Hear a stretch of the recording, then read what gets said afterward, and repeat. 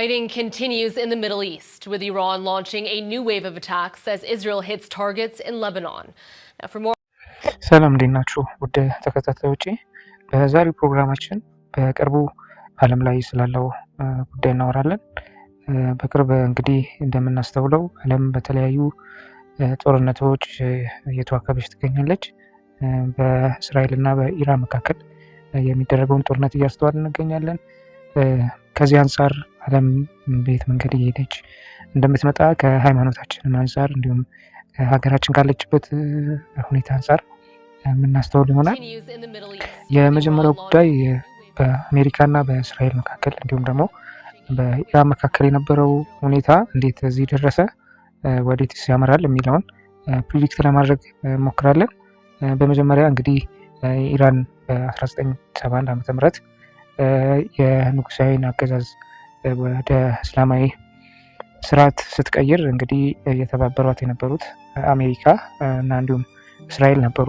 ያው በድብቅ ቢሆንም እንዲሁ ይፋ ባይወጣም በጊዜው ከጀርባ ይህንን እስላማዊ ድርጅት ሲረዱ የነበሩ ናቸው። ከዛም እንግዲህ ራሁላ ካሚኒ የሚባሉ ስልጣኑን እንዲቆጣጠሩ በማድረግ ሀገሪቷ እንድትተዳደር አድርገው ነበር። እንግዲህ ይህንን ስናይ አሜሪካ እንዲሁም ደግሞ እስራኤል ከምን አንጻር ይህንን ማድረግ ብለን ማስተዋል ካለብን፣ አንደኛው እንግዲህ እስራኤል የንጉሳዊ ስርዓት እያመጣ የነበረውን ለውጥ በኢራን ውስጥ ሲያደርግ የነበረውን የተለያዩ አይነት ልማቶች መግታት ከፍተኛ ፍላጎት ነበረው። እንግዲህ ከጀርባ እንግዲህ ሞሳድ የተለያዩ ስራዎችን ሲሰራ እንደነበረ በኋላ በተለያዩ መንገዶች መረጃ ወጥቷል።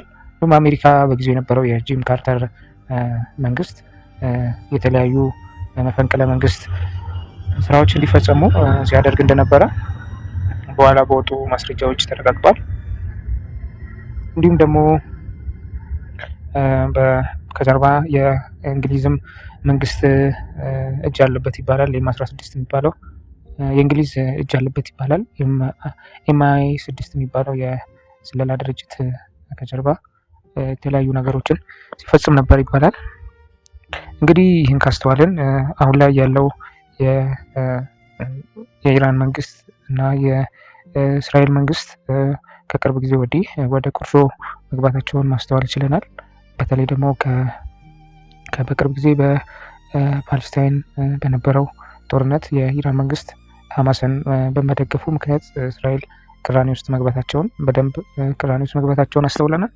ነገር ግን ከዛ በፊት በደንብ አብረው የሚሰሩ ሀገራት ነበሩ በተለያዩ ፕሮጀክቶች። በተለይ ደግሞ በኢራን ኢራቅ ጦርነት ወቅት እስራኤል የተለያዩ ሚስጥራዊ የጦር ግዢዎችን ሲተባበሩ ነበር ከኢራን ጋር እና እንደዛ ጊዜም ብዙ መነጋገሪያ ሆኖ ያለፈ ጉዳይ ነው።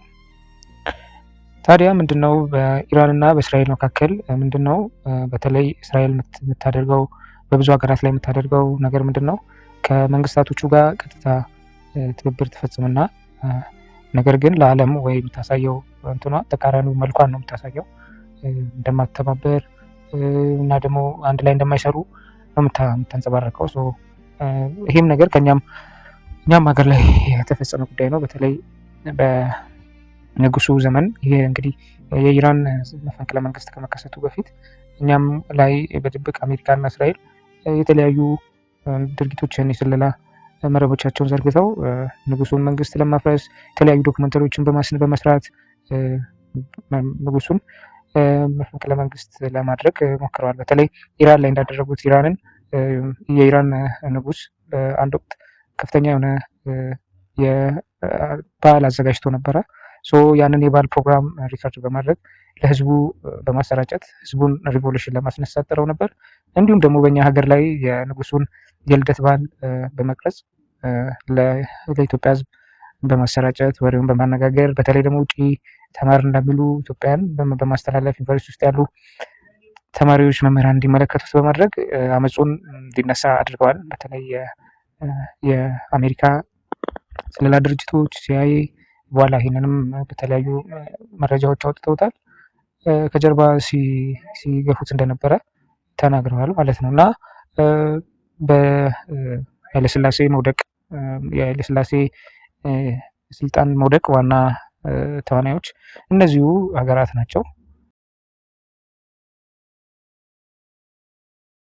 began to mount, and a copy of our film was then very cleverly manipulated by what became the Derg. They edited my film to suggest that the emperor knew what was going on. They called it the hidden hunger, and it was an extremely crude edit with pictures of Haile Selassie having a great time driving around in his Rolls Royce, intercut with images of starving children. I mean, nothing could be more crass. They ran that film on the television on a loop, 24 hours at a time. And I was appalled, but there's nothing you could do. ከዚህ አንጻር እንግዲህ ከኛም ሀገር ጋር ወደፊት የሚኖራቸው ጉዳይ ምን ሊሆን ይችላል የሚለውን ስናስተውል በዋነኛነት እንግዲህ እስራኤልን አሁን ላይ ትልቁ እቅዷ የሶስተኛውን የሰለሞን ቤተመንግስት የመገንባት ከፍተኛ የሆነ እቅድ አላት። ለዚህም እቅዷ የሚሆን ከፕሬዚዳንት ትራምፕ ጋር ንግግር አድርገው ነበረ።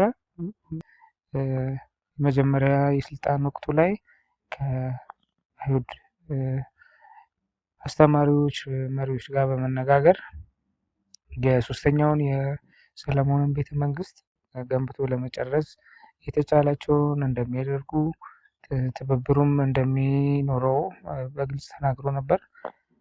ከዚህ አንጻር ስንመለከት ፕሬዚዳንት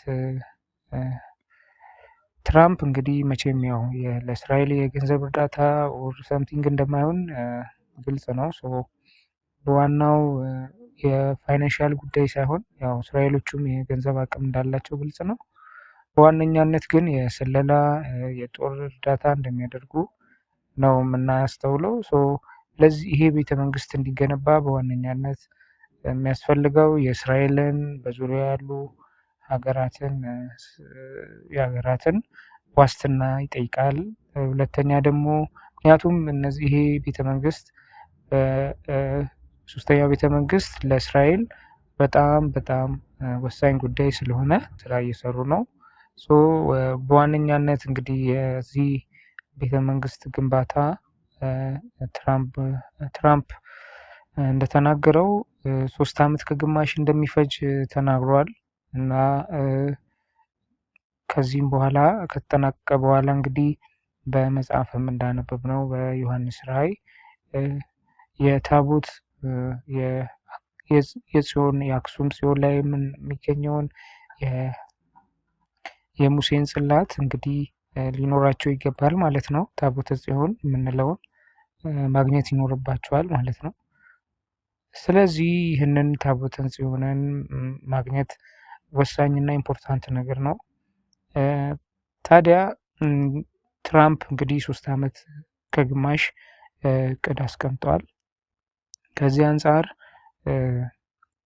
3 ዓመት ከግማሽ ግንባታው የሚጠናቀቅ ከሆነ እስካሁን አልተጀመረም። ተጀምሮ በ3 ዓመት ከግማሽ የሚያልቅ ከሆነ ታቦቱን ማግኘት ይኖርባቸዋል ማለት ነው። ታቦቱን ካገኙት በኋላ ደግሞ ይመጣል ተብሎ የሚጠብቀው ሐሳዊ መሲህ ይጠብቁታል ማለት ነው። ለሐሳዊ መሲህ ደግሞ 3 ዓመት እንደተሰጠው መጽሐፈ ዳንኤል ተብራርቷል። መጽሐፈ ዳንኤል ምዕራፍ 9 ከቁጥር 24 እስከ 27 ስናስተውል የመጨረሻው ዘመን ሐሳዊ መሲህ ዓለምን ለ3 ዓመት ከግማሽ እንደሚያስጨንቅ ተብራርቷል። እንዲሁም ደግሞ በራእይ መጽሐፍ 13 ከቁጥር 5 ስናስተውል በመጨረሻው ዘመን ለሐሳዊ መሲህ ዓለምን የሚቆጣጠርበት ለ3 ዓመት ከግማሽ የሚያስጨንቅበት ጊዜ እንደተሰጠው ይነግረናል። የዚህም መቅደስ ግንባታ በኋላ ሐሳዊ መሲህ 3 ዓመት ከግማሽ ይገዛል። ይህንን ስናያይዝ ትራምፕ ያለን የመቅደሱ ግንባታ 3 ዓመት ከግማሽ እንዲሁም ደግሞ መቅደሱን ይገዛል የተባለው የሐሳዊ መሲህ 3 ዓመት ከግማሽ እንደሚሆን ይታወቃል።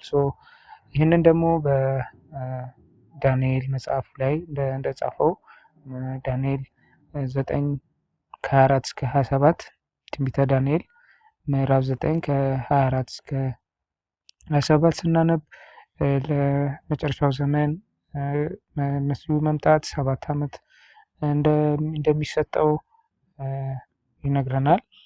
ከዚህ አንጻር ስናይ መጨረሻው ዘመን መድረሱን እንዲሁም ደግሞ ማብቂያው ዘመን መሆኑን የምናየው እንግዲህ ጦርነቶቹ መኖራቸውን እናስተውላለን። ምንድነው እንግዲህ ይህንን ጊዜ የጦርነት ዘመን እንደሚሆን ግልጽ ነው። በመጨረሻው ዘመን ግን ምንድነው የመቅደሱ መገንባት እስኪካሄድ ድረስ የሰላም ጊዜ እንደሚኖር ይሄም ምንድነው የሚሆነው ሐሳዊ መሲህ ሰላም አምጪ እንደሆነ የሚወራበት ዘመን ይሆናል። ከዛም ደግሞ 3 ዓመት ከግማሹ ሲያልቅ የጭንቅ ዘመን እንደሚመጣ ይነገራል ማለት ነው።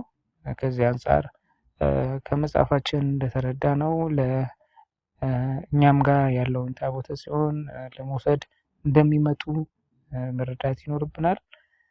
ራሳችንም እናዘጋጅ፣ እንዲሁም ደግሞ ንስሐም ልንገባ ይገባል እላለሁ።